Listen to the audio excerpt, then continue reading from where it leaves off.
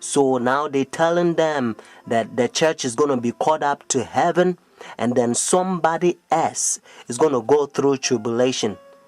But Paul says, yea, whosoever shall live in godly shall suffer persecution.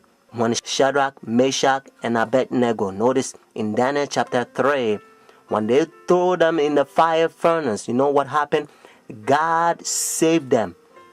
And according to Daniel chapter 6, King Darius, when they threw Daniel in the lion's den, God saved Daniel.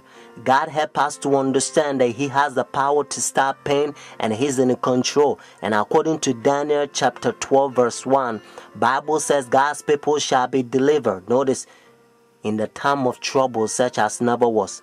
So you don't have to fear mankind. Do not accept that satanic doctrine or gospel, so to speak. It's coming from the Jesuit, the Vatican. You eating Catholic doctrine. That's what you are eating.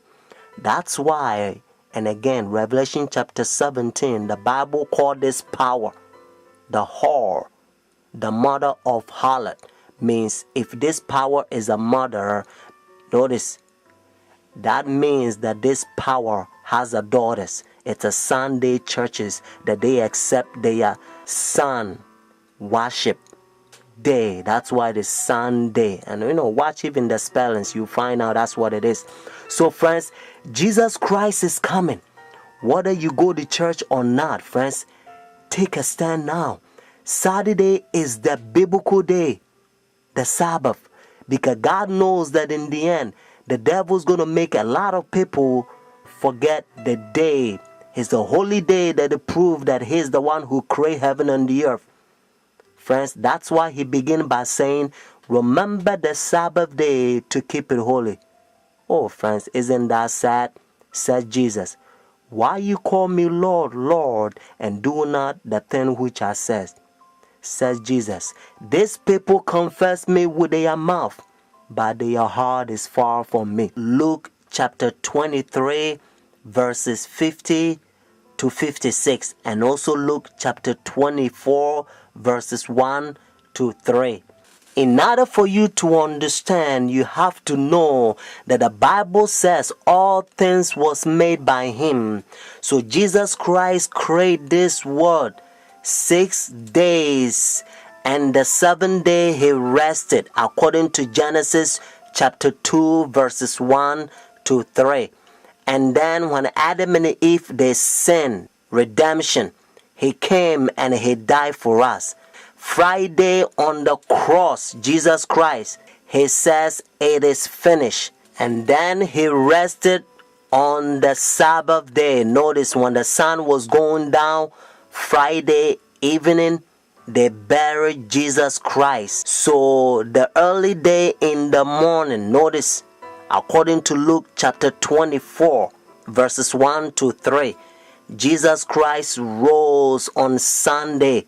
So Jesus Christ kept the Sabbath after the creation, and He kept the Sabbath after redemption. It's a beautiful thing if you understand. That's what biblical Sabbath is all about. And now look how they're uniting their churches. Notice Sunday churches to so-called the mother of the church. They are ecumenical unity. Your Holiness, may I present Archbishop Kayang Barsamian, Primate of the Eastern Diocese of the Armenian Church in America. May I present Archbishop Yichen Akachi, the Legate and Ecumenical Officer of the Eastern Diocese of the Armenian Church in America and President of the National Council of Churches in the United States. Holiness, may I present Reverend Dr. Donald McCoy, representing the presiding Bishop Mark Hansen of the Evangelical Lutheran Church in America. Holiness, may I present Bishop Jeremiah J. Park, Bishop of the New York Annual Conference of the United Methodist Church.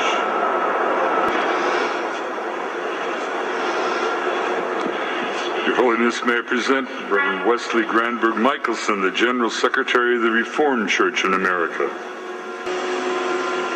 Your Holiness, may I present Reverend Dr. Clifton Kirkpatrick, the stated clerk of the General Assembly of the Presbyterian Church in the United States.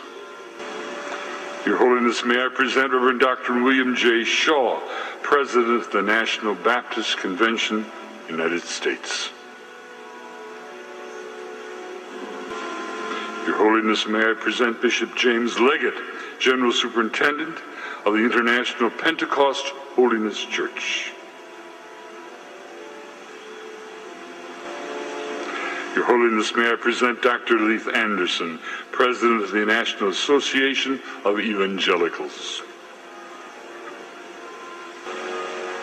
Your Holiness, may I present Bishop David H. Benke, President of the Atlantic District of the Lutheran Church, Missouri Synod. Your Holiness, may I present Reverend Dr. A.R. Bernard Sr., President of the Council of Churches of the City of New York.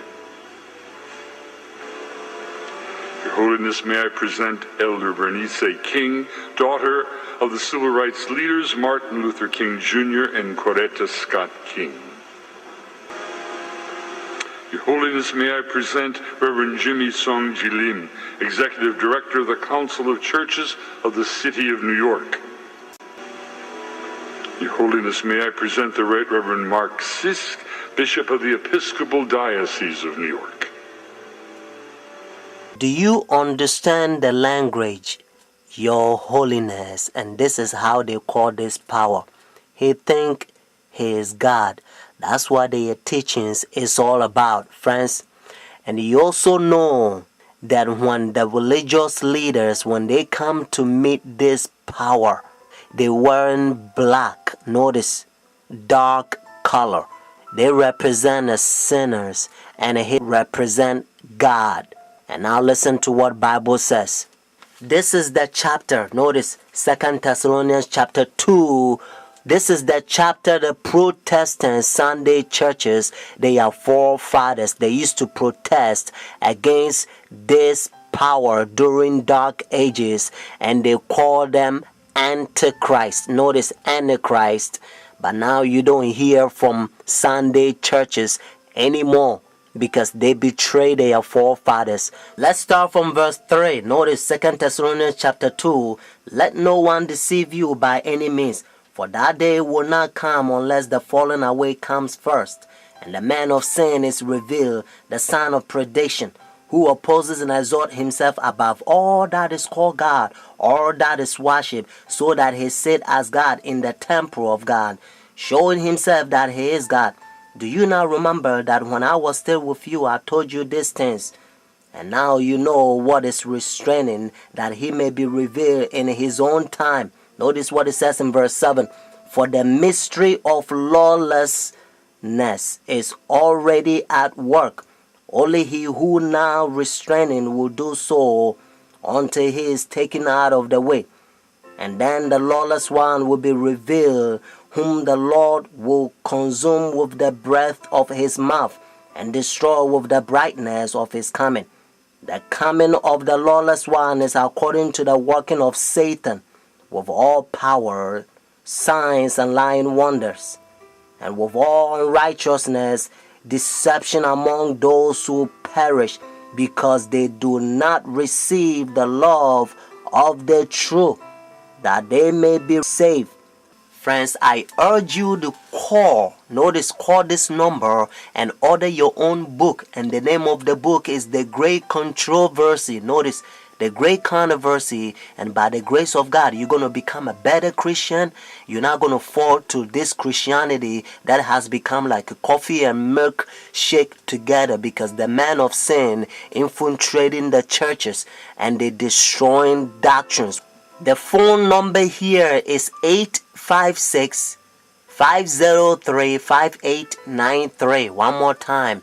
856-503-5893. Friends, Also, if God is touching your heart to support God's faithful ministry so that we can speed up this gospel to a lot of people so that they can hear what you are hearing, because heaven is ceaseless ages. Benedict XVI heads to the U.S. this coming week for his first visit here since being elected Pope 3 years ago, where the war in Iraq is expected to be high on the agenda.